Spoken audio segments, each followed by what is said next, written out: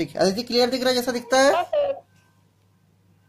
हाँ सर। ठीक। Yes sir.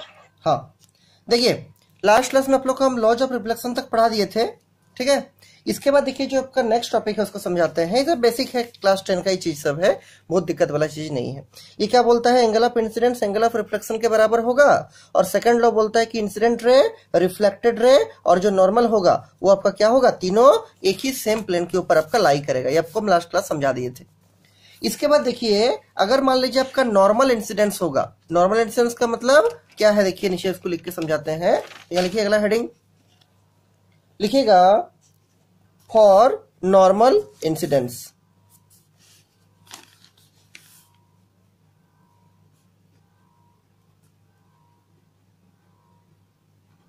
For normal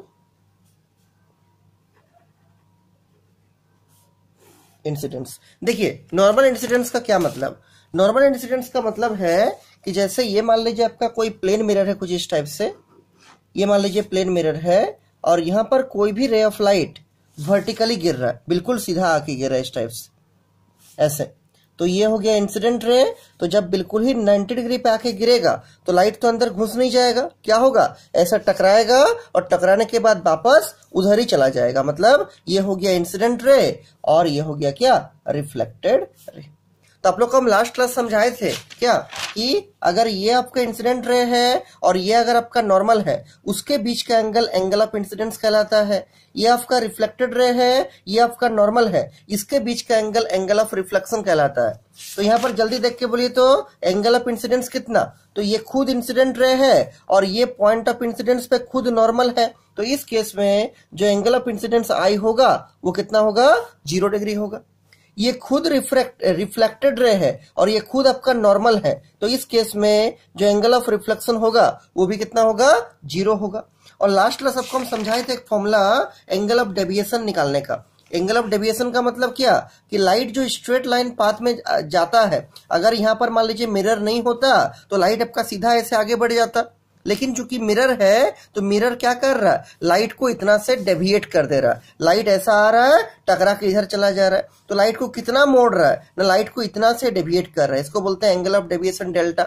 इसको निकालने का फॉर्मूला क्या बताए थे, 180 माइनस आई प्लस आर। तो अगर आपके पास आई का वैल्यू भी 0, आर का वैल्यू भी 0, तो डेल्टा का वैल्यू क्या होगा, 180 माइनस 0 प्लस 0 0 हो जाएगा, तो बनेगा डेल्टा का वैल्यू कितना, 180 डिग्री। तो इस केस में जो एंगल ऑफ डेविएशन डेल्टा निकलेगा वो कितना होगा, 180। ऑब्वियस सा बात है, लाइट ऐसे आ रहा था, फिर 180 डिग्री मुड़ के लाइट ऐसे चला जा रहा है। समझा दीदी? तो इसको आप लोग याद रखिएगा, तो इसको नीचे लिख के रखिए यहाँ पर। अरे क्लियर है पूरा? नीचे लिखिए, नीचे लिखिएगा कि when A ray of light, when A ray of light incident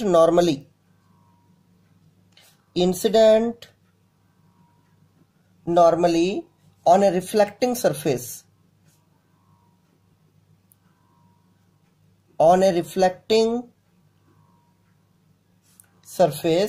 then it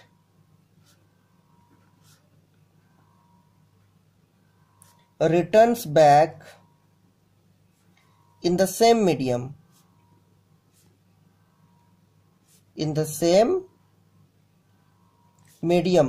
on the same path,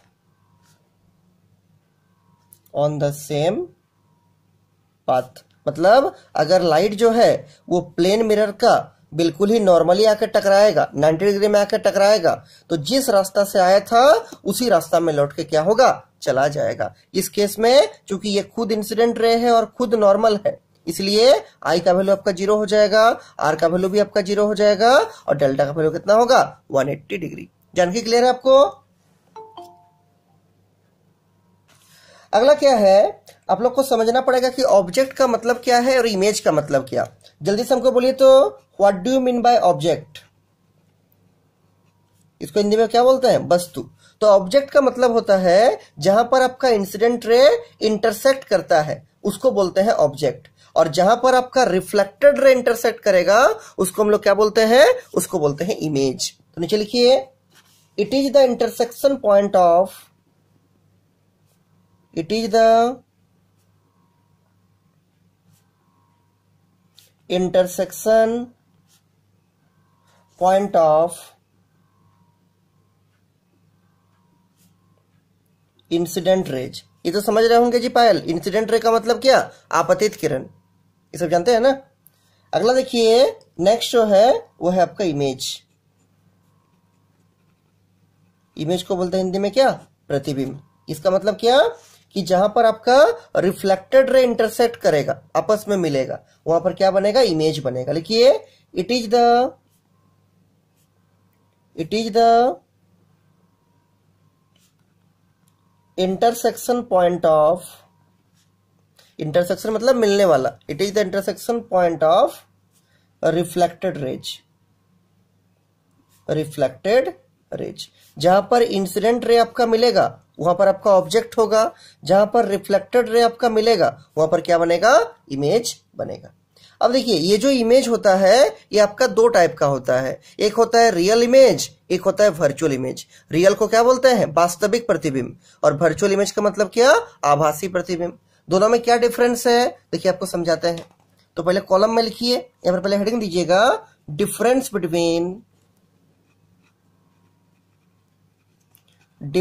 between real and virtual image. Column में लिखिए, इसको दो पार्ट कीजिए कॉपी का, इधर लिखिए रियल इमेज और इस साइड में लिखिएगा क्या, virtual image.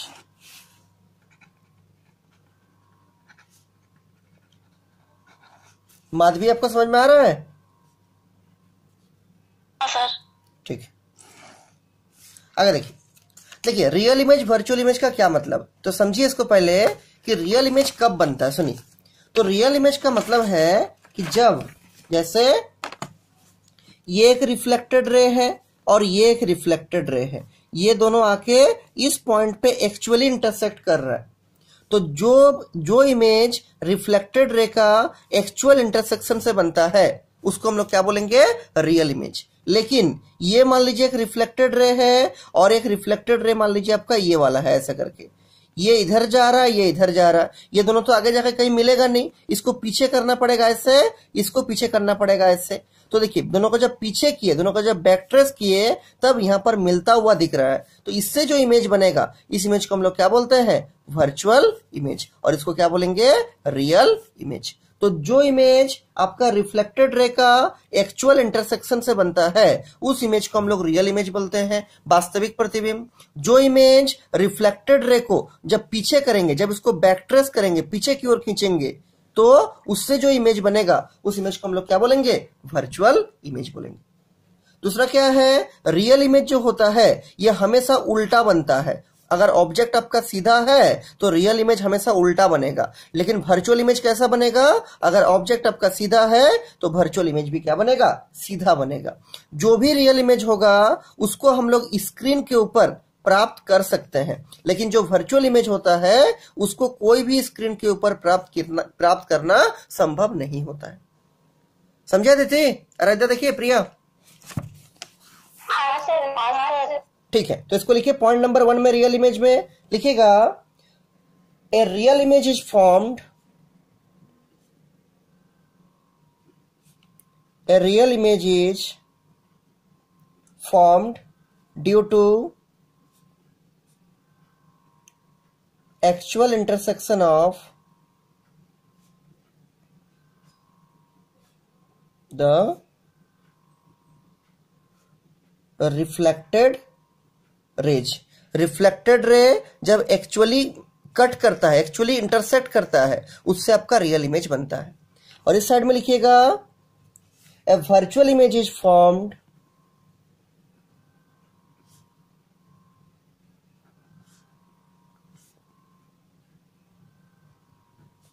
when the reflected rays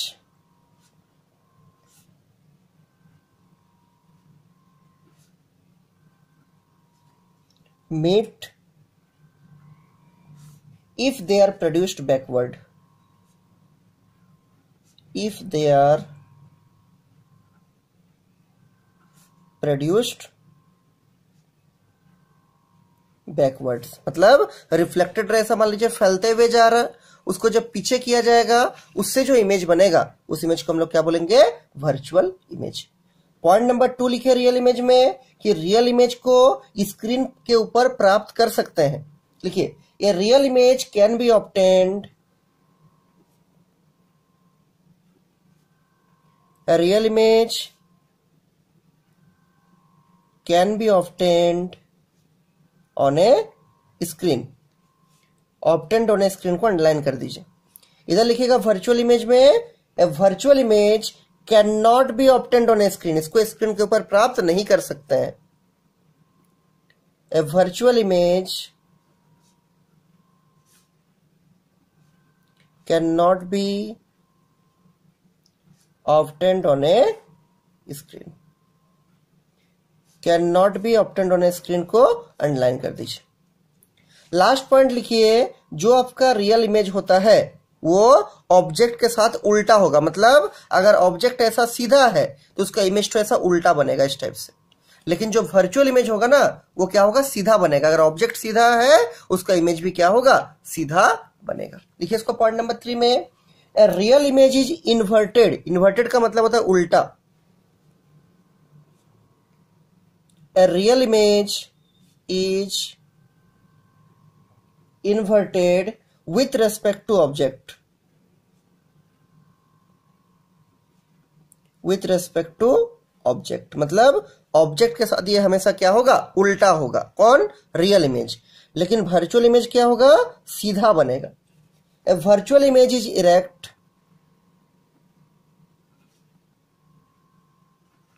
image is erect, erect मतलब सीधा, erect with respect to object, with respect to क्या, ऑब्जेक्ट। देखिए पायल, समझ में आ रहा है आपको? Yes sir. ठीक है। अपर्णा क्लियर है पूरा? कविता देखिए। Yes sir. ठीक, तो ये आपका हो गया रियल और वर्चुअल इमेज के बीच में डिफरेंस। अगला देखिए, रिफ्लेक्शन का मतलब क्या, आप लोग को हम लास्ट क्लास समझाए थे कि रिफ्लेक्शन का मतलब होता है जब कोई लाइट किसी स्मूथ सरफेस पे आके टकराएगा, जैसे मान लीजिए आपका प्लेन मिरर है और टकराने के बाद ऐसे लाइट आके टकराया और टकराने के बाद वो वापस उसी मीडियम में लौट के चला गया, इसको पूरा को क्या बोलेंगे, रिफ्लेक्शन ऑफ लाइट। ये जो रिफ्लेक्शन है ये आपका दो टाइप का होता है, एक को बोलते हैं रेगुलर रिफ्लेक्शन और एक को बोलते हैं इररेगुलर रिफ्लेक्शन। तो अगला हेडिंग लिखिए एक लाइन छोड़ के, kinds of reflection. Aditya clear हो रहा है ना? हाँ सर। ठीक, काइंड्स ऑफ रिफ्लेक्शन। तो इसका बेसिकली दो टाइप होता है। नंबर 1 लिखिएगा रेगुलर रिफ्लेक्शन, रेगुलर रिफ्लेक्शन। देखिए डायग्राम से समझाते हैं। रेगुलर रिफ्लेक्शन का क्या मतलब सुनिए। मान लीजिए ये आपका कोई प्लेन मिरर है, let us suppose this is a plane mirror, जिसका ये आपका कलरिंग वाला सरफेस है और इसका जो टॉप सरफेस है वो आपका रिफ्लेक्टिंग सरफेस है। अब क्या है, इसके ऊपर मान लीजिए हम रे ऑफ लाइट को फॉल करा रहे, इंसिडेंट रे डाल रहे, आपतित किरण डाल रहे, कैसा, पैरेलल डाल रहे। जैसे ये आपका एक रे ऑफ लाइट है, ये आपका एक रे ऑफ लाइट है, ये आपका दूसरा रे ऑफ लाइट है, सब पैरेलल आ रहा, सब समांतर आ रहा। ये आपका तीसरा रे ऑफ लाइट है, ये आपका चौथा रे ऑफ लाइट, इस टाइप से।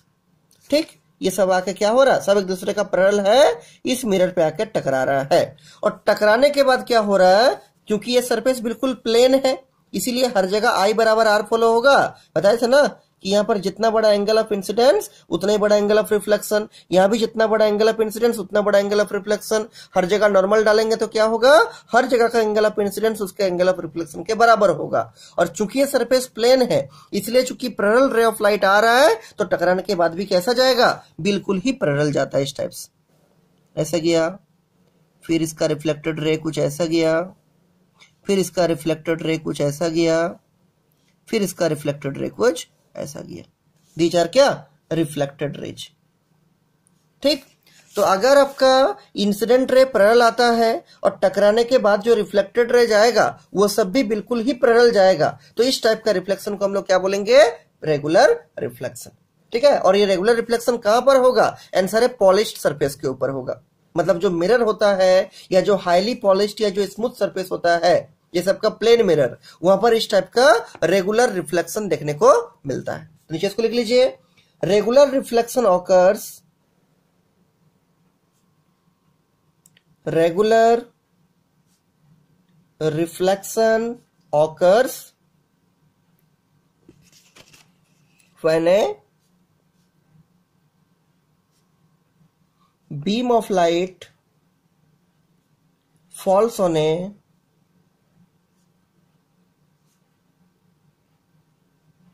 smooth and polished surface। जब कोई बीम ऑफ लाइट स्मूथ या पॉलिश्ड सरफेस के ऊपर आकर गिरता है, तब इंसिडेंट रे अगर पैरेलल आएगा तो रिफ्लेक्टेड रे भी क्या होगा? बिल्कुल ही पैरेलल जाएगा। तो इस टाइप का रिफ्लेक्शन को हम लोग क्या बोलेंगे? Regular reflection. और यहां पर भी हर जगह क्या हो रहा है? ये है आपका पॉइंट ऑफ इंसिडेंस, जहां पर इंसिडेंट रे आकर टकराया, यहां अगर डालेंगे नॉर्मल तो जितना बड़ा एंगल ऑफ इंसिडेंस आए उतना बड़ा एंगल ऑफ रिफ्लेक्शन आर। यहां पर भी सेम चीज होगा, आई बराबर आर। यहां पर भी सेम चीज होगा, एंगल ऑफ इंसिडेंस आई बराबर एंगल ऑफ रिफ्लेक्शन आर। यहां पर भी वही चीज होगा। संसार में कहीं भी रिफ्लेक्शन हो, जो उसका एंगल ऑफ इंसिडेंस है वो हमेशा किसके बराबर? एंगल ऑफ रिफ्लेक्शन के बराबर। अच्छा, इसका एग्जांपल भी लिख लीजिए कि रेगुलर रिफ्लेक्शन कहां देखने को मिलेगा जानकी? आंसर है प्लेन मिरर में। लिखिए, reflection using plane mirror, reflection using plane mirror. इसका जो सेकंड टाइप है इसको हम लोग बोलते हैं इररेगुलर रिफ्लेक्शन। इररेगुलर रिफ्लेक्शन, देखिए इररेगुलर का क्या मतलब? इररेगुलर का मतलब है जैसे अगर कोई आप रफ सरफेस लीजिएगा, रफ सरफेस बिल्कुल प्लेन नहीं होगा, हल्का सा उबड़ खाबड़ होगा। जैसे मान लीजिए हम एग्जांपल के रूप में ये एक सरफेस कंसिडर कर रहे हैं ऐसे, ठीक, और ये मान लीजिए आपका मिरर है कुछ इस टाइप से। इसको हम पीछे साइड में इसका सिल्वर लगा दिए हैं, जिससे कि इसके आगे कोई भी ऑब्जेक्ट रखिएगा तो उसका इमेज आपको देखने को मिलेगा ऐसा। ठीक है, ये कोई रफ सरफेस है। अब यहां सुनिए, यहां पर जो इंसिडेंट रे आ रहा है वो तो आपस में पैरेलल ही आ रहा है। जैसे ये एक इंसिडेंट रे है ऐसे, ये एक दूसरा इंसिडेंट रे है ऐसे, ये एक तीसरा इंसिडेंट रे है ऐसे, ये एक चौथा इंसिडेंट रे है ऐसे। ये चारों ही इंसिडेंट रे कैसा आ रहा है? बिल्कुल ही पैरेलल टू ईच अदर आ रहा है। लेकिन जब इसका रिफ्लेक्टेड रे हम बनाएंगे तो रिफ्लेक्टेड रे कैसे निकालते हैं? तो सरफेस के ऊपर डालेंगे नॉर्मल, जो ये जो इंसिडेंट रे आ रहा है ये हो गया उसका पॉइंट ऑफ इंसिडेंस, इसके ऊपर डालेंगे नॉर्मल, तो नॉर्मल कुछ आपका ऐसा बनेगा, और ये जितना बड़ा एंगल ऑफ इंसिडेंस उतना ही बड़ा एंगल ऑफ रिफ्लेक्शन इधर होगा, और ये रे जो है कुछ इस टाइप से इधर आपका आगे बढ़ जाएगा, आई बराबर आर फॉलो करेगा, और ये इंसिडेंट रे के लिए ये आपका रिफ्लेक्टेड रे बनेगा। सेम केस यहां भी होगा, क्योंकि यहां का सरफेस ऐसा था इसलिए नॉर्मल ऐसा डलाया, अब यहां का सरफेस ऐसा है इसलिए इसका नॉर्मल कुछ ऐसा डलाएगा, सरफेस का परपेंडिकुलर। तो ये हो गया आई, तो ये हो गया आर, और इसका जो रिफ्लेक्टेड रे होगा वो कुछ इस टाइप से जाएगा ऐसे करके इधर। अब इसका देखिए सरफेस ऐसा है तो नॉर्मल डलाएगा कुछ इस टाइप से, ये हो गया आई, तो ये हो गया आर, ये एंगल ऑफ इंसिडेंस, ये एंगल ऑफ रिफ्लेक्शन, आई बराबर आर फॉलो करेगा, और ये रे कुछ इस टाइप से चला जाएगा, रिफ्लेक्टेड रे जो है। ठीक है, इस is reflected ray, this is also reflected ray. ये सरफेस ऐसा है, इसके ऊपर डालेंगे नॉर्मल इस टाइप से, ये हो गया एंगल ऑफ इंसिडेंस आई, इधर क्या बनेगा? एंगल ऑफ रिफ्लेक्शन आर बनेगा, और ये जो रे है इसका जो रिफ्लेक्टेड रे है वो आपका कुछ इस टाइप से आगे जाएगा ऐसा करके इधर से, दिस इज रिफ्लेक्टेड रे। तो ये इंसिडेंट रे के लिए ये रिफ्लेक्टेड रे, ये इंसिडेंट रे के लिए ये रिफ्लेक्टेड रे, ये इंसिडेंट रे के लिए ये रिफ्लेक्टेड रे, और इस इंसिडेंट रे के लिए ये रिफ्लेक्टेड रे। चारों जो इंसिडेंट रे लिए थे वो तो आपका पैरेलल था, लेकिन क्या चारों रिफ्लेक्टेड रे बिल्कुल पैरेलल है? आंसर है नहीं है। तो इस टाइप का रिफ्लेक्शन को हम लोग क्या बोलेंगे? Irregular reflection. और ऐसा रिफ्लेक्शन कहां पर होता है? रफ सरफेस में। कहां होगा दीदी? प्रिया, रफ सरफेस में, याद रखिएगा। ठीक है, अच्छा, इररेगुलर रिफ्लेक्शन को हम लोग डिफ्यूज रिफ्लेक्शन भी बोलते हैं। प्रिया, साउंड आ रहा है ना? नीचे लिखिए, हाँ सर। नीचे लिखिएगा, इररेगुलर रिफ्लेक्शन इरेगुलर का मतलब जो रेगुलर नहीं है, जिसमें इंसिडेंट रे तो पैरेलल आएगा, लेकिन उसका जो रिफ्लेक्टेड रे जाएगा वो बिल्कुल पैरेलल नहीं जाएगा। ठीक है, लिखिए irregular reflection occurs when a beam of light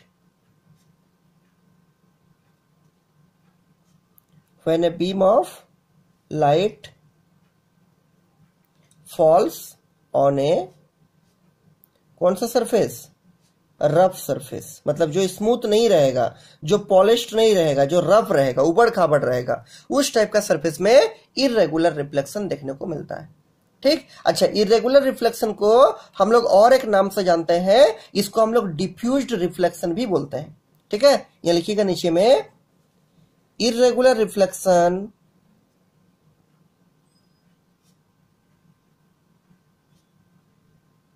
is also known as क्या, diffused reflection is also known as diffused reflection. ठीक, डिफ्यूज्ड मतलब इंसिडेंट रे तो पैरेलल आ रहा है, लेकिन रिफ्लेक्टेड रे कोई इधर जा रहा है, कोई इधर जा रहा है, कोई इधर जा रहा है, पैरेलल नहीं जा रहा, उसको क्या बोलेंगे, डिफ्यूज्ड रिफ्लेक्शन। क्लियर है पढ़ना? देखिए आराध्या, हाँ सर। ठीक, फाइल आप लोग को भी क्लियर हो रहा है? Yes sir. ठीक है, आगे देखिए, अगला क्या है, अगला जो आपका टॉपिक है नेक्स्ट वो है प्लेन मिरर। ठीक है, जिसका कुछ कुछ पोर्शन आप लोग 10th क्लास में पढ़े थे और बाकी वाला अभी पढ़िएगा 12th क्लास में।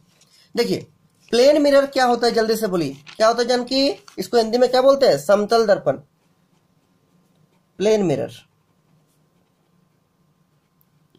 देखिए प्लेन मिरर का मतलब सिंपल सा ये है कि जैसे आप मान लीजिए कोई भी पतला सा ग्लास प्लेट लीजिएगा, एकदम पतला ग्लास प्लेट लीजिएगा, जैसे ये मान लीजिए आपका कोई पतला ग्लास प्लेट है ऐसे, और उसका एक साइड में सिल्वर लगाइएगा तो आगे से आपको उसका इमेज दिखेगा और ये क्या बन जाएगा, प्लेन मिरर बन जाएगा। तो इसको नीचे पहले डिफाइन कीजिए, फिर डायग्राम बनाकर दिखाते हैं। नीचे लिखिए, it is formed by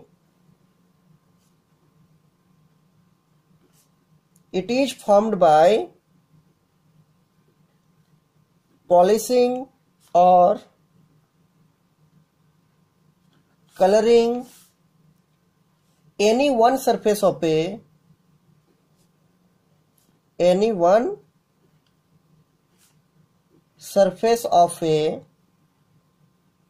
thin glass plate।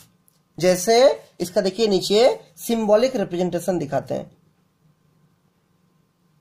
Symbolic representation. जैसे मान लीजिए ये आपका कोई पतला सा ग्लास प्लेट है इस टाइप से, और इसके पीछे साइड में हम ऐसा सिल्वर कर दिए इसको, और जिससे कि ये क्या बन गया, आपका प्लेन मिरर बन गया। तो ये आगे वाला सरफेस को क्या बोलेंगे, this front surface is called as reflecting surface. This is called as क्या, रिफ्लेक्टिंग सरफेस। इसके सामने कोई भी ऑब्जेक्ट को रखिएगा ऐसा करके, उसका इमेज आपको देखने को मिलेगा। और पीछे वाला सरफेस क्या है, कलरिंग सरफेस है, यहाँ पर सिल्वर लगा दिए हैं और आगे से इसका क्या होगा, रिफ्लेक्ट होगा। आदित्य क्लियर है? आराध्या देखिए, प्रिया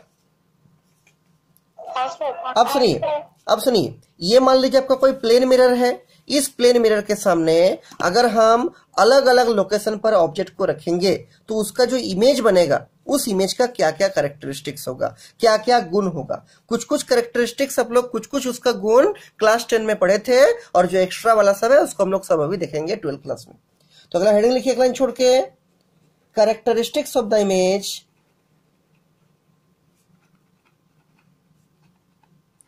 characteristics of the image formed by कौन सा mirror, plane mirror. Plane mirror के द्वारा जो इमेज बनेगा वो इमेज का क्या क्या गुण होगा। तो देखिए पहले समझाते हैं आपको। 4 कैरेक्टरिस्टिक्स तो 10 क्लास का ही था, ठीक है, उसके अलावा हम लोग अभी एक्स्ट्रा भी चीज पढ़ेंगे। देखिए पहले आप लोग क्या सुने थे इसके बारे में, पढ़े होंगे कि अगर मान लीजिए, देखिए अगर मान लीजिए ये कोई प्लेन मिरर है कुछ इस टाइप से, और यहाँ पर कोई ऑब्जेक्ट रखे हैं। तो पहला गुण ये है कि जितना हाइट का ऑब्जेक्ट को रखिएगा उतना ही हाइट का इधर उसका इमेज भी बनेगा। अगर ऑब्जेक्ट का हाइट 5 सेंटीमीटर रखिएगा तो इमेज भी कितना का बनेगा, 5 सेंटीमीटर का बनेगा। इसको लिख लीजिए पहले कि the size of the object is same as that of image, या बोल सकते हैं कि the size of the image is same as that of object. Image का साइज उतना ही होगा जितना उसके सामने क्या रखिएगा, ऑब्जेक्ट जितना बड़ा रखिएगा। अगर ऑब्जेक्ट 5 फीट का रखिएगा तो इमेज तो भी कितना फीट का बनेगा, 5 फीट का ही बनेगा। लिखिए the size of the image, the size of the image is same as that of object।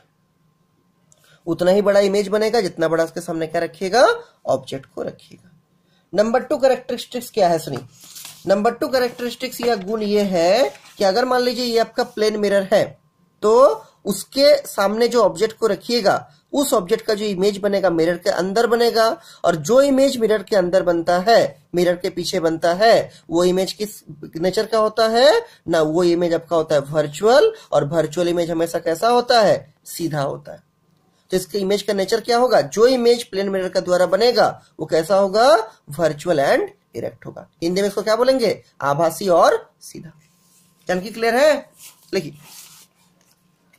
हाँ सर। लिखिए the image formed by plane mirror is, the image formed by plane mirror is virtual and कैसा होगा, erect. ये second होगी। Third देखिए क्या है। Third ये है कि मान लीजिए ये आपका कोई प्लेन मिरर है, मान लीजिए ये आपका प्लेन मिरर है और इसके सामने ये आपका क्या है, ऑब्जेक्ट है, और ये आपका उसका इमेज है। तो प्लेन मिरर के सामने जितना डिस्टेंस पर ऑब्जेक्ट को रखिएगा, मान लीजिए जो डिस्टेंस है ये आपका 5 मीटर है, तो मिरर के अंदर भी इमेज कितना डिस्टेंस पे बनता हुआ दिखेगा, आंसर है 5 मीटर पे दिखेगा। मतलब जो ऑब्जेक्ट डिस्टेंस आपका u है वो आपका इमेज डिस्टेंस v के बराबर होगा। 10 क्लास में पढ़े होंगे, ऑब्जेक्ट डिस्टेंस का सिंबल u होता है, इमेज डिस्टेंस का सिंबल v होता है। तो मिरर के सामने जितना दूरी पर ऑब्जेक्ट को रखिएगा मिरर के अंदर भी उतना ही दूरी पर आपको उसका इमेज बनता हुआ दिखेगा। इसको लिखिए अगला पॉइंट में, the distance of the image from the mirror, the distance of the image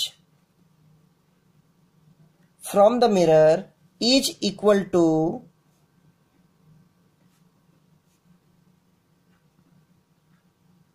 distance of the object from the mirror, from the mirror. Simple सा चीज है कि the distance of the image from the mirror, mirror से image उतना ही distance पे बनेगा जितना mirror के सामने ऑब्जेक्ट को रखिएगा, is equal to the distance of the object from the mirror. और एक लास्ट कैरेक्टरिस्टिक्स का क्या है, लास्ट कैरेक्टरिस्टिक्स ये है कि अगर ये प्लेन मिरर है और यहाँ पर किसी आदमी को खड़ा कर दीजिएगा तो आदमी का जो लेफ्ट हैंड है वो उसका राइट हैंड जैसा दिखेगा उसका इमेज में, और उसका जो राइट हैंड है वो लेफ्ट हैंड जैसा दिखेगा। मतलब उस आदमी का सारा लेफ्ट वाला चीज राइट जैसा दिखेगा और राइट वाला चीज क्या दिखेगा, लेफ्ट वाला जैसा दिखेगा। इसको क्या बोलते हैं, इसको इंग्लिश में बोलते हैं लेटरली इन्वर्टेड। मतलब लेफ्ट वाला राइट में दिखेगा, राइट वाला लेफ्ट में दिखेगा। माथा तो पैर की जगह या पैर तो माथा की जगह नहीं दिखेगा, सिर्फ लेफ्ट वाला राइट में और राइट वाला क्या रहेगा, लेफ्ट में दिखेगा। ठीक है, इसको बोलते हैं लेटरली इन्वर्टेड। मतलब जो इमेज प्लेन मिरर के द्वारा बनेगा वो इमेज लेटरली इन्वर्टेड होता है। सारा बाएं वाला चीज दाहिने दिखता है और दाहिने वाला चीज इमेज में कैसा दिखता है, बाएं दिखता है। लिखिए इसको, the image formed by plane mirror, the image formed by plane mirror is laterally,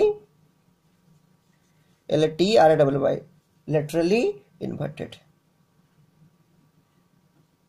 इसको अंडरलाइन करके रखिएगा। समझे अदिति? देखिए प्रिया, कविता, हाँ सर। ठीक सर ये तो 4 इंपॉर्टेंट कैरेक्टरिस्टिक्स हो गया। अब सुनिए, इसके अलावा भी कुछ कुछ कैरेक्टरिस्टिक्स होता है, उसको नोट में आपको लिखा रहा है। याद रखो गया ना जी आराध्या? देखिए अदिति। हाँ सर। ठीक। Yes sir. आपको पायल आप लोग का भी हो गया? माधवी? Yes sir. सर ठीक। अगला लिखिए नोट में।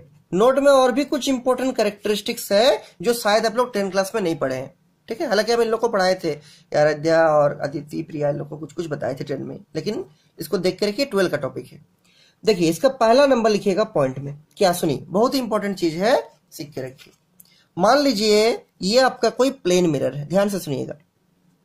मान लीजिए ये आपका कोई प्लेन मिरर है और इस प्लेन मिरर का ये आपका कलरिंग वाला सरफेस है, मतलब ये सिल्वरिंग सरफेस है, और इसका टॉप सरफेस कैसा है? रिफ्लेक्टिंग। अब एक हम इंसिडेंट रे को यहां डाल रहे हैं, तो मान लीजिए ये आपका कोई इंसिडेंट रे है। Let us suppose this is your incident ray. ये कोई आपतित किरण है, इंसिडेंट रे है, यहां पर टकराया, और इंसिडेंट रे आपका फिक्स है, इसको हम बाद में चेंज नहीं करेंगे।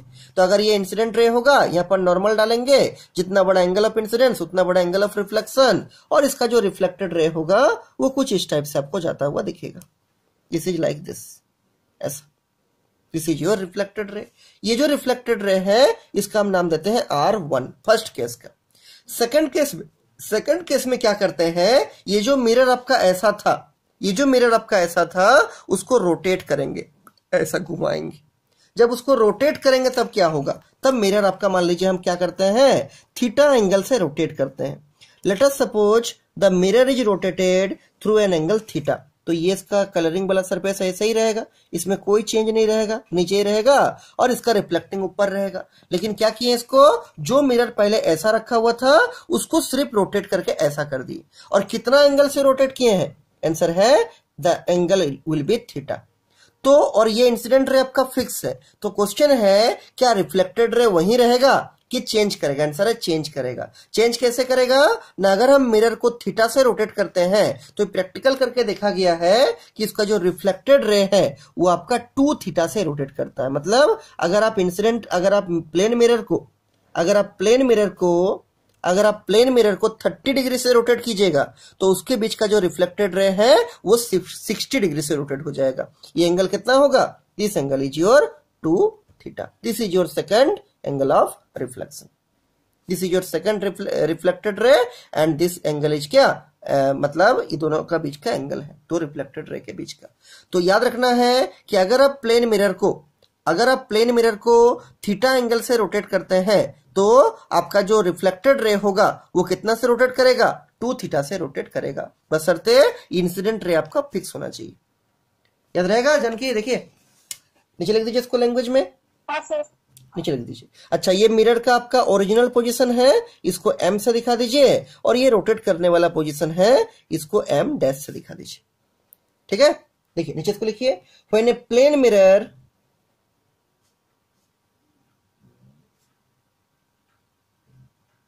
is rotated at angle theta, then the reflected ray rotated by angle 2 theta when the incident ray is fixed. When the incident ray is fixed. Aditi clear है? कविता देखिए, पायल ठीक। अगला देखिए पॉइंट नंबर 2। ये तो फर्स्ट पॉइंट हुआ कि अगर प्लेन मिरर को आप थीटा से रोटेट कीजिएगा तो उसका रिफ्लेक्टेड रे 2 थीटा से रोटेट करेगा। अगर थीटा का वैल्यू 30 होगा तो 2 थीटा कितना होगा? ऑब्वियस सा बात है 60 हो जाएगा। इसका डबल ये रोटेट करता है, कौन? Reflected ray. नेक्स्ट देखिए क्या है पॉइंट नंबर 2। पॉइंट नंबर 2 है कि मान लीजिए कि कोई पर्सन है, कोई आदमी है, ठीक है, किसी आदमी का मान लीजिए हाइट जो है वो 5 फीट है। ये कोई पर्सन है, इसका हाइट कितना है? दिस इज योर 5 फीट है। इस आदमी का पूरा कंप्लीट इमेज बनाने के लिए आपको जो प्लेन मिरर लेना पड़ेगा उसका कम से कम हाइट कितना होना चाहिए? ये जो प्लेन मिरर लीजिएगा इसका हाइट कम से कम कितना होना चाहिए ताकि इस 5 फीट वाले आदमी का पूरा इमेज हमको देखने को मिले?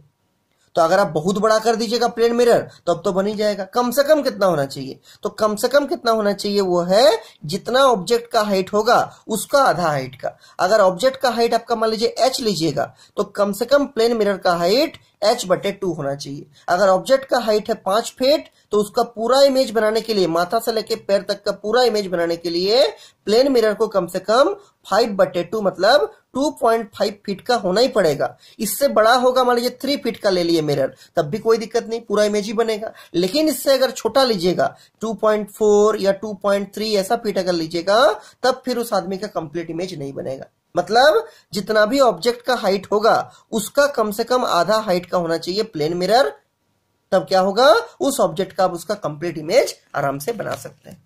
समझे प्रिया? अरे इधर देखिए, तो इसको नीचे लिखिए। हाँ sir.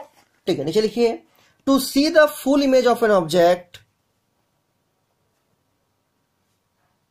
To see the full image of an object, the minimum size of the mirror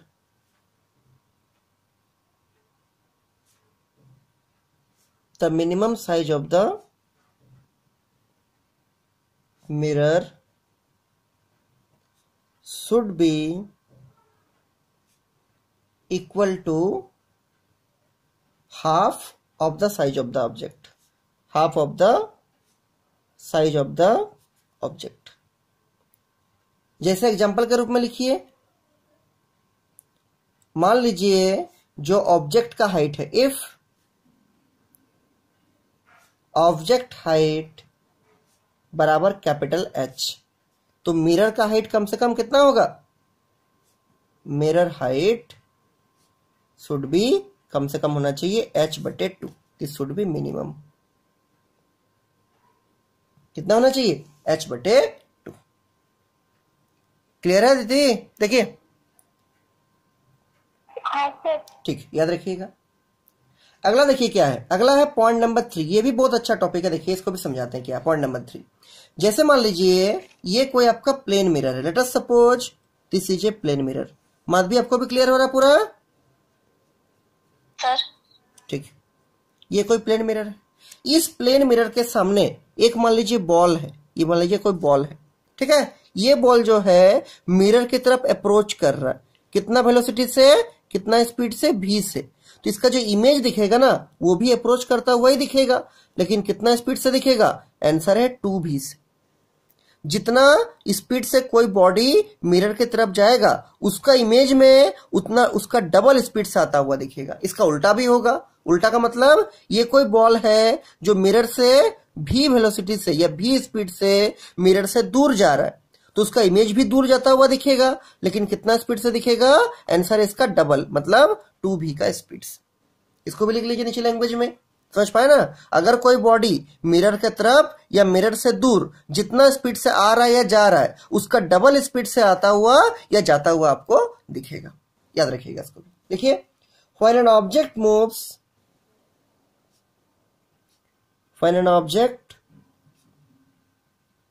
moves towards or away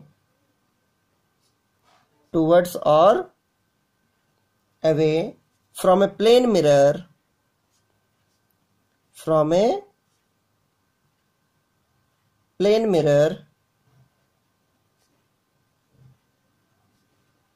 with velocity v, then its image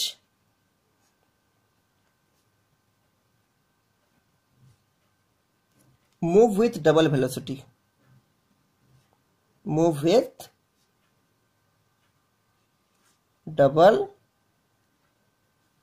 coma देखिए क्या लिख दीजिएगा? That is 2v with respect to object,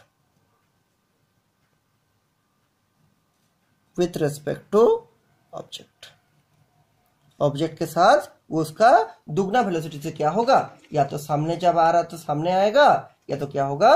दूर जाता हुआ दिखेगा। Clear है कविता? देखिए सर। अगला सुनिए।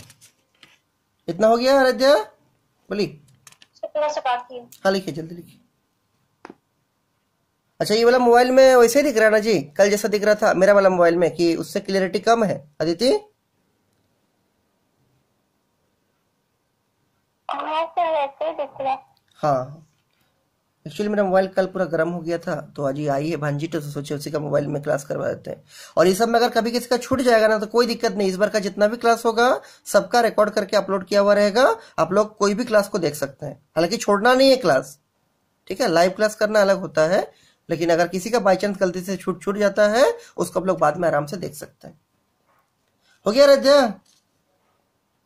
हाँ सर। ठीक, आगे देखिए, अगला है कि मिरर इमेज कैसे बनेगा आपका। ठीक है, देखिए हेडिंग लिखिए मिरर इमेज।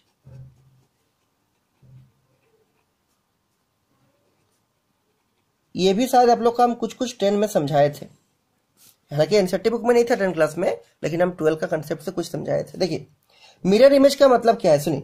मिरर इमेज का मतलब है कि आपको कोई टाइम दिया रहेगा, जैसे मान लीजिए एग्जांपल के रूप में ये कोई घड़ी है इस टाइप से, ठीक, और इस घड़ी में आपका 7 बज रहा है, ऐसे मान लीजिए एग्जांपल के रूप में 7 बज रहा है, ऐसा करके, और घंटा का सुई यहाँ रहेगा 12 में, और आपका सॉरी घंटा का सुई रहेगा 7 में, मिनट का सुई रहेगा 12 में, 7 बज रहा है। और बोल देगा यहाँ पर कोई आपका प्लेन मिरर लगाया गया है, तो प्लेन मिरर के द्वारा इसका जो इमेज तो बनेगा घड़ी का, ऐसा बनेगा। कितना बजता हुआ दिखेगा, जल्दी बोलिए, कितना बजेगा जी पायल, कितना बजता हुआ दिखेगा, बोलिए अदिति, बोलिए जी सब। 3 सर। 3 सर 4, और बोलिए कितना होगा जानकी? 5। 5, अच्छा देखिए 5 बिल्कुल सही है, क्योंकि ये अगर 6 से एक घर आगे है तो 6 के एक घर पहले दिखेगा, मतलब ये जो सुई तो ऐसा है वो ऐसा आएगा, और ये वाला सुई ऐसा दिखेगा, और ये आपको 5 बजता हुआ दिखेगा। लेकिन ये जो प्रोसेस हम आपको दिखाए ये उतना अच्छा प्रोसेस नहीं है मिरर इमेज निकाल, इसको क्या बोलते हैं, this is called as mirror image. Mirror image ये उतना अच्छा प्रोसेस नहीं है, इससे अच्छा आसान प्रोसेस और है, उसको देखिए आपको समझाते हैं। सुनिए क्या करना है, ये आपको कितना बज रहा है, 7 बज रहा है, तो कुछ नहीं करना है, आपको 12 घंटा 0 मिनट और 0 सेकंड में जितना मिरर इमेज चाहिए उसको माइनस कर दीजिए। कितना चाहिए, 7 घंटा का, मतलब 7 बज रहा है, 7 घंटा 0 मिनट 0 सेकंड का कीजिए, कितना होगा, 0 सेकंड आएगा, 0 मिनट आएगा, और 8 9 10 11 12, कितना बजता हुआ दिखेगा, 5 बजता हुआ दिखेगा। तो ये क्या आ जाएगा, this is your mirror image, mirror image हो जाएगा। ठीक है, और इस प्रोसेस का और एक खासियत है कि अगर आपको मिनट और सेकंड में दिया रहेगा, और अगर ऊपर वाला प्रोसेस फॉलो कीजिएगा तो नहीं बन पाएगा आपका, लेकिन ये वाला प्रोसेस यूज कीजिएगा 12 घंटा से माइनस करने वाला, तो मिनट में दिया हो, सेकंड में दिया हो, सबका आपका आराम से आप मिरर इमेज निकाल सकते हैं। ठीक, एक और क्वेश्चन देखिए, जैसे आपको टाइम लिखा हुआ है, ऐसे लिखिए टाइम 5:37 0 सेकंड, इसका मिरर इमेज निकालना है, इट्स मिरर इमेज क्या होगा, बोलिए। कुछ नहीं करना है, 12:0 0 सेकंड में 5:37 0 सेकंड को माइनस कर दीजिए। देखिए ये वाला घंटा का लाइन है, ये वाला मिनट का है, और ये वाला सेकंड का है, ध्यान रखिएगा। तो 0 में 0 घटेगा तो 0 सेकंड आएगा। यहां देखिए प्रॉब्लम है, 0 में 37 नहीं घटेगा, तो इससे इसको उधारी लेना पड़ेगा। ये 12 घंटा है, तो 12 घंटा में से 1 घंटा उसको देगा, तो यहां बचेगा 11 घंटा। 1 घंटा उसको जब देगा तो 1 घंटा में कितना मिनट, 60 मिनट, तो यहां कितना हो जाएगा, 60 मिनट हो जाएगा। मिनट में क्यों लिखेंगे, क्योंकि मिनट का लाइन है ये वाला। तो 1 घंटा जैसे ही देगा 60 मिनट हो जाएगा, तो 60 लिख देंगे। अब 60 से घटाएंगे 37 को, कितना होगा, 8 9 10, this is your 3, 3 1 4 5 6, this is your 2। अब 5 से घटाएंगे 11 को, 6 7 8 9 10 11, कितना होगा, 6:23 दिखेगा। मतलब अगर घड़ी में 5:37 हो रहा है और अगर वहां प्लेन मिरर लगा कर रखे हैं तो उसका मिरर इमेज कितना दिखेगा, 6:23 आपको दिखेगा। This is your mirror image. Clear है दीदी, बोलिए, कविता, अपर्णा, प्रिया, ठीक है। हाँ पायल आप लोग को क्लियर है, माधवी, अदिति, ये क्या नाम है, जानकी, ठीक। हाँ सर। अगर क्लियर है तो एक क्वेश्चन हमको जल्दी से बना के बताइएगा। अच्छा, यहाँ पर और एक चीज सुनिए, मान लीजिए यहाँ पर आपका 0 रहता, लेकिन यहाँ पर कुछ सेकंड आपको दिया हुआ है, तो क्या करते, फिर इस 60 मिनट से 1 मिनट उधर करते, तो यहाँ बचता 59 मिनट, और यहाँ क्या आता, 1 मिनट में 60 सेकंड लिखते, और फिर माइनस करते सेकंड वाला सेकंड में। जैसे क्वेश्चन देखिए, आपको खुद से बनाना है। टाइम दिया हुआ है 4:27:45, और क्या निकालना है, इट्स मिरर इमेज क्या होगा। बोलिए, बना पाइएगा कि नहीं? Yes sir. बनेगा? जल्दी बना के बताइए, तो जल्दी बना के बताइए, देख रहे पहले कौन बना रहे। सही बनाना है और जल्दी बनाना है, बनी। 1 मिनट हम वेट कर रहे हैं, कुछ नहीं करना है। 12 घंटा 0 मिनट 0 सेकंड से घटाइए, इसमें सेकंड भी है तो यहां से लाइएगा, तो यहां बचेगा 59, यहां बचेगा 60, हो जाएगा 1 मिनट में 60 सेकंड। घटा के हमको बताइए आंसर कितना आ रहा है। सर 5 घंटा 32 मिनट और रुके, कितना, 5 घंटा 32 मिनट। हाँ, और सेकंड 15 सेकंड। 15 सेकंड, ठीक है। ये किसका है, पायल का है ना? Yes sir. हाँ, बाकी लोग बनाइए, जल्दी बनाइए, फिर हम बोल रहे सही है कि गलत है कि क्या है, फिर हम चेक करेंगे। तो सर मेरा 8 घंटा 32 मिनट 15 सेकंड है। अच्छा, सबका अलग अलग आ रहा है, तो कविता का है। और बोलिए कितना है जानकी, आराध्या, प्रिया, अदिति? 7 घंटा 32 मिनट। हाँ, 7 आवर 15 सेकंड। कितना सेकंड, 15 सेकंड, ठीक है। ये किसका है, जानकी का? सर इतने ही है ना सर, इसमें 7 है। अच्छा, इसमें सेकंड का। अच्छा देखिए, पहले बनाते हैं, सुनिए पहले बनाते हैं। तो 12 घंटा है, 0 मिनट है और 0 सेकंड है, इसको घटाइए। 4 घंटा 27 मिनट और कितना, 45 सेकंड। तो पहले देखना यहाँ घटेगा, नहीं घटेगा, इससे उधारी मांग रहा है, इसमें भी नहीं है, 0 है, इससे उधारी लाएंगे। तो ये 12 घंटा है, तो 1 घंटा उसको देगा, तो यहाँ बचेगा 11 घंटा। यहाँ जैसे ही 1 घंटा देगा, ये मिनट का घर है, तो 1 घंटा में कितना मिनट, 60 मिनट हो जाएगा। अब फिर ये इसको देगा, तो 60 मिनट था, 1 मिनट उसको देगा, तो यहाँ कितना बचेगा, 59 मिनट बचेगा। 1 मिनट दे देगा उसको, ये सेकंड का घर है, तो जैसे ही 1 मिनट देगा, 1 मिनट में कितना सेकंड, 60 सेकंड हो जाएगा। अब इसको माइनस कीजिए, 60 माइनस 45 हो जाएगा 5, ये हो जाएगा 1। 15 सेकंड बिल्कुल सही है, 15 सेकंड होगा। इसको माइनस कीजिए इससे, तो 9 माइनस 7 कितना हो जाएगा, 2, और ये 5 माइनस 2 कितना होगा, 3। This is 32 minute. और इसको कीजिए इससे, 5 6 7 8 9 10 11, ये होना चाहिए 7 घंटा 32 मिनट और 15 सेकंड। तो ये 8 घंटा वाला नहीं होगा, 5 घंटा वाला नहीं होगा, ये वाला होगा। समझे प्रिया? देखिए Payal, yes sir. This is mirror image, sir कोई दिक्कत नहीं इसमें, ठीक है। अब आगे सुनिए, एक और लास्ट पॉइंट है आपका प्लेन मिरर का, उसको भी देखिए समझा देते हैं। यहां तक किसी को कोई दिक्कत नहीं है? देखिए सबको देखिए, नहीं सर। नहीं ना, ठीक है। कविता को पूरा क्लियर दिख रहा है ना? हाँ सर दिख रहा है, ठीक है। एक लास्ट पॉइंट देखिए क्या है, सुनिए। लास्ट पॉइंट ये है, इसको हैच देख के लिखिए। लास्ट पॉइंट क्या है, थोड़ा अलग टाइप का पॉइंट है, ध्यान से सुनिएगा, हार्ड नहीं है, बहुत बेसिक सा चीज है। सुनिए, मान लीजिए आपके पास 2 प्लेन मिरर है, जैसे ये एक प्लेन मिरर है कुछ इस टाइप से, और ये एक प्लेन मिरर है कुछ इस टाइप से। ये दोनों का खासियत क्या है कि दोनों प्लेन मिरर को कुछ एंगल पे इंक्लाइंड किया गया है, और ये जो इसके बीच का एंगल है, ये एंगल है थीटा। और दोनों ही प्लेन मिरर का जो रिफ्लेक्टिंग सरफेस है, जिसमें चेहरा दिखता है, वो अंदर तरफ है, मतलब कलरिंग सरफेस ऐसे बाहर की ओर है।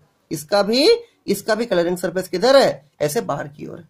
और इसके बीच में अगर हम एक ऑब्जेक्ट को रखेंगे तो उसका मल्टीपल रिफ्लेक्शन होगा और उसका बहुत ज्यादा इमेज बनेगा, क्योंकि ये इस ऑब्जेक्ट का ये प्लेन मिरर भी इमेज बनाएगा और इस ऑब्जेक्ट का ये भी इमेज बनाएगा।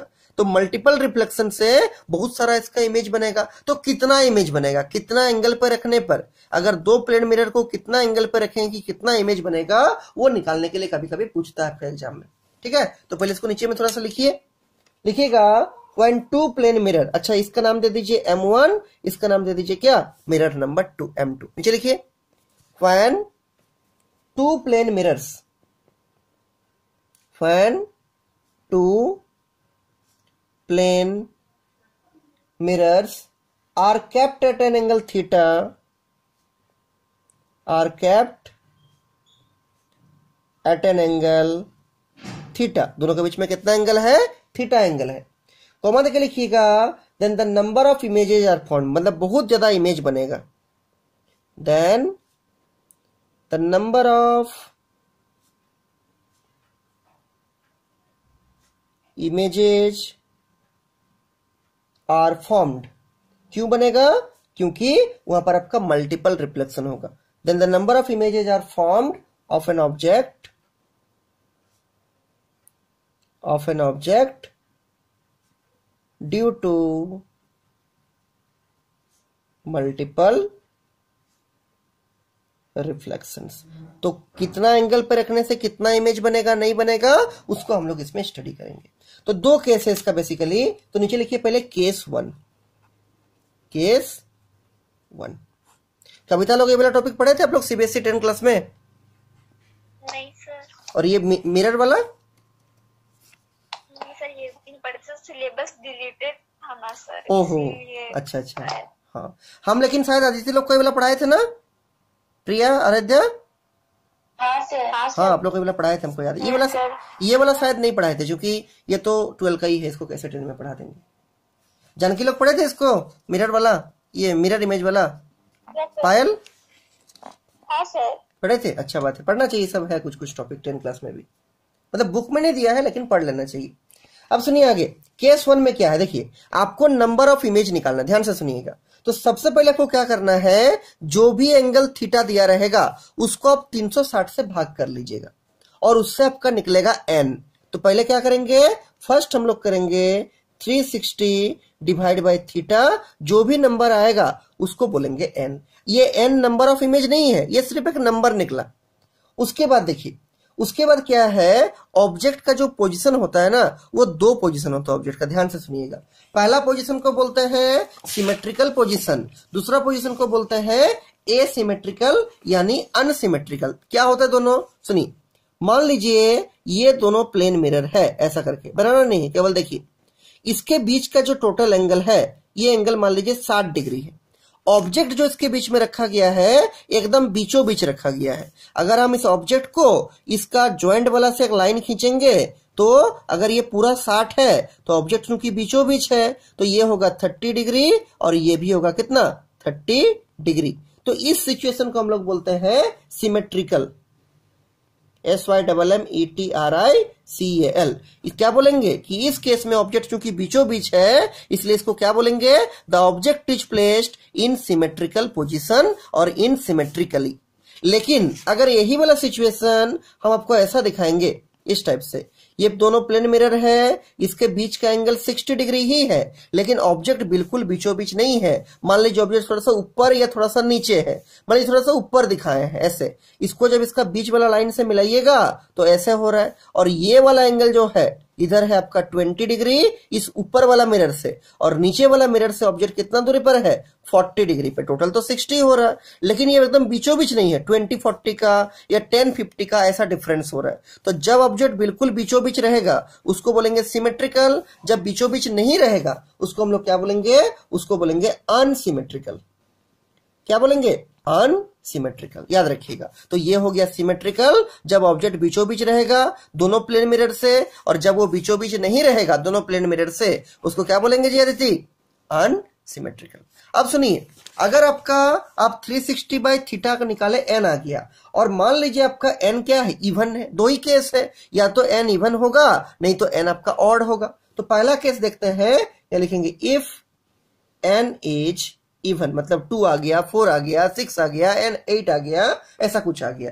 तो उस सिचुएशन में ऑब्जेक्ट चाहे आपका सिमेट्रिकली रखा हो, एकदम बीचों बीच रखा हो, या अनसिमेट्रिकली थोड़ा कोई एक मिरर के सामने रखा हो, दोनों ही सिचुएशन में आपका नंबर ऑफ इमेज सेम बनेगा। और वो कितना बनेगा, नीचे लिखिए, यहाँ लिखिए, इफ n इज इवन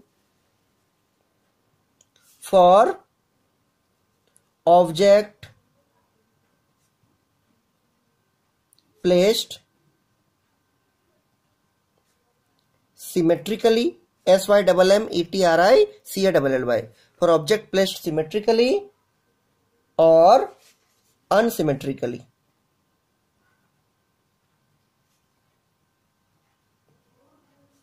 दोनों ही केस में जो आपका नंबर ऑफ इमेज बनेगा वो होगा n, जो आया रहेगा उसमें आप 1 माइनस कर दीजिएगा, इतना नंबर ऑफ इमेज आपका बनेगा। जैसे एग्जांपल देखिए, एग्जांपल से और क्लियरिटी आएगा। एग्जांपल वही वाला ले रहे हैं जो 60 डिग्री वाला भी आपको दिखाए पीछे में। जैसे मान लीजिए थीटा का वैल्यू कितना है, 60 डिग्री है, ठीक। तो पहले n निकालेंगे। n क्या होता है, 360 बटे थीटा, तो ये हो जाएगा 360 बटे 60, 0 से 0 कटेगा, 6 6 36 होगा, दिस इज 6। और 6 कैसा नंबर है, 6 इज ए इवन नंबर। जैसे ये इवन हो गया, ऑब्जेक्ट चाहे एकदम बीचों बीच रखा रहे सिमेट्रिकली, चाहे आपका अनसिमेट्रिकली, नंबर ऑफ इमेज क्या होगा, n-1। तो n का वैल्यू अगर 6 है तो कितना ठो इमेज बनेगा पायल, 5 ठो इमेज बनेगा।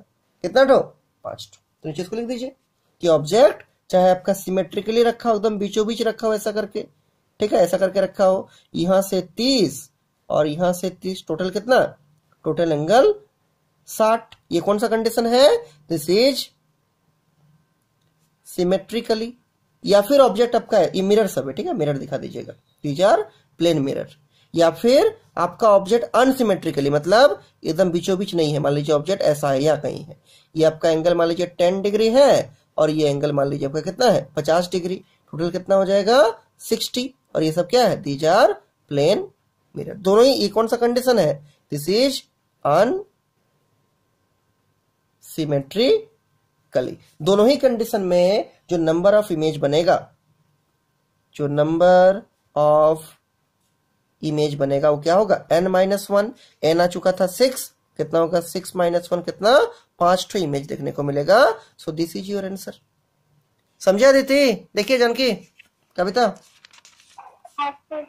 ठीक है। पायल आप लोग को क्लियर है, यस सर। ठीक है।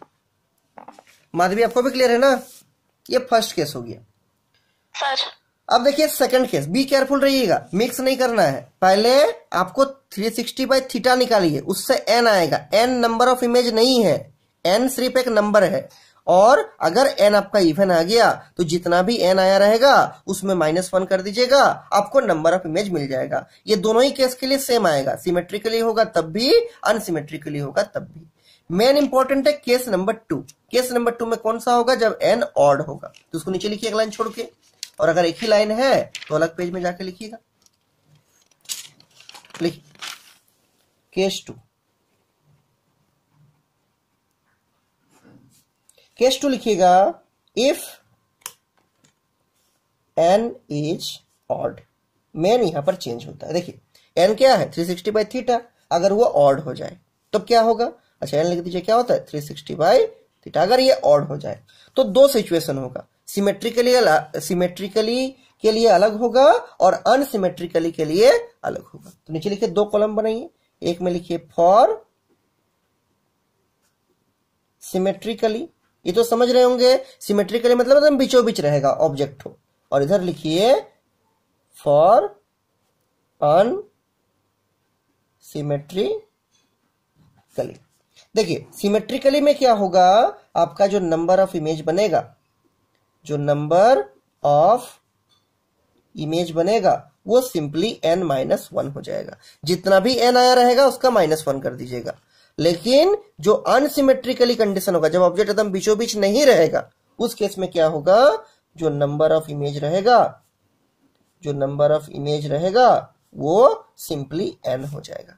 तो n-1 दो जगह होगा। पहले कहां होगा, अगर आपका n इवन होता है उस केस में नंबर ऑफ इमेज n-1 होगा। अगर आपका n ऑड होता है और ऑब्जेक्ट सिमेट्रिकली रखा हुआ, बीचों बीच रखा हुआ है, तब भी नंबर ऑफ इमेज क्या बनेगा, n-1 बनेगा। लेकिन अगर n आपका ऑड होता है और अगर ऑब्जेक्ट अनसिमेट्रिकली रखा हुआ है, उस केस में जो नंबर ऑफ इमेज बनेगा वो क्या बनेगा, वो सिंपली n बनेगा। क्लियर है जानकी, बोलिए। हाँ सर। ठीक, अब इसका देखिए एग्जांपल, इसका एग्जांपल देखिए, फिर छोड़ दे रहे हैं, ठीक है। किसी को लेट नहीं हो रहा ना जी, आज थोड़ा लेट से शुरू हुआ था, ठीक है। आप लोग का ऐसे 7:15 7:30 में शुरू हो जाएगा, ठीक है। थोड़ा सा हमको काम था, आप लोग का लेट हुआ। देखिए एग्जांपल देखिए, मान लीजिए थीटा का वैल्यू है आपका 120 डिग्री, तो हमको बोलिए तो सिमेट्रिकली कंडीशन में कितना इमेज बनेगा और अनसिमेट्रिकली में कितना बनेगा, जल्दी। तो पहले क्या कीजिएगा, पहले निकालना होगा क्या आदिति, एन। क्या होगा 360 बटे थीटा, दिस इज 360 बटे 120, सब डिग्री में है, 0 से 0 कटेगा, 12 या 36 होगा, 3 बनेगा। तो 3 कैसा नंबर है, 3 ऑड नंबर है। तो अगर 3 ऑड नंबर है तो अगर ऑब्जेक्ट बीचों बीच रखा रहेगा तो कितना इमेज बनेगा, 3 - 1, 2 इमेज बनेगा। लेकिन अगर ऑब्जेक्ट अनसिमेट्रिकली रखा होगा तब कितना इमेज बनेगा, तब 3 इमेज बनेगा। समझ पा रहे कविता? हाँ सर। तो इसको नीचे डायग्राम में दिखा दीजिए। तो 120 तो कुछ ऐसा बनेगा आपका डायग्राम इस टाइप से। ये मिरर सब है, ठीक है, मिरर जैसा दिखा दीजिएगा। ये मिरर M1 है, ये मिरर M2 है। मान लीजिए सिमेट्रिकली का आप काम बात कर रहे हैं, बीचों बीच। यहाँ मान लीजिए बीचों बीच ऑब्जेक्ट रखा हुआ है, यहाँ से एक लाइन खींच दिए और ये एंगल यहाँ से हो गया 60, ये एंगल यहाँ से हो गया 60, बीचों बीच एकदम, और टोटल एंगल कितना हो गया, 2 मिरर के बीच का, दिस इज 120। ये कौन सा कंडीशन है, सिमेट्रिकली। तो चूंकि आपका n आ चुका है ऑड, और अगर n ऑड होता है, अगर n ऑड होगा और ऑब्जेक्ट सिमेट्रिकली रहेगा तो कितना इमेज बनेगा, n - 1। तो यहां क्या लिखिएगा, नंबर ऑफ इमेजेस फॉर्म्ड बराबर n - 1। तो n का जगह 3 - 1 कितना इमेज बनेगा, 2 बनेगा इस पॉइंट ऑब्जेक्ट का। और सेकंड का देखिए, अगर ऑब्जेक्ट अनसिमेट्रिकली होगा तो एंगल तो ऐसे ही रहेगा 120 डिग्री, कुछ ऐसा रहेगा। ये पहला प्लेन मिरर, ये दूसरा नाम दे दीजिए, ये M1, ये M2, इसके बीच का एंगल तो 120 ही रहेगा, लेकिन इस बार अनसिमेट्रिकली, मतलब बीचों बीच नहीं रहेगा। तो मान लीजिए ऐसा है, इस टाइप से, यहाँ ऑब्जेक्ट, यहाँ से लाइन खींचे, ये जो एंगल है ये मान लीजिए 20 डिग्री है, तो इधर कितना होगा, इस M1 वाला मिरर से हो रहा है कितना, दिस इज 100 डिग्री, अनसिमेट्रिकली है, दिस इज सिमेट्रिकली। और इस केस में जो नंबर ऑफ इमेज बनेगा, कितना बनेगा, ये क्या नाम है पायल,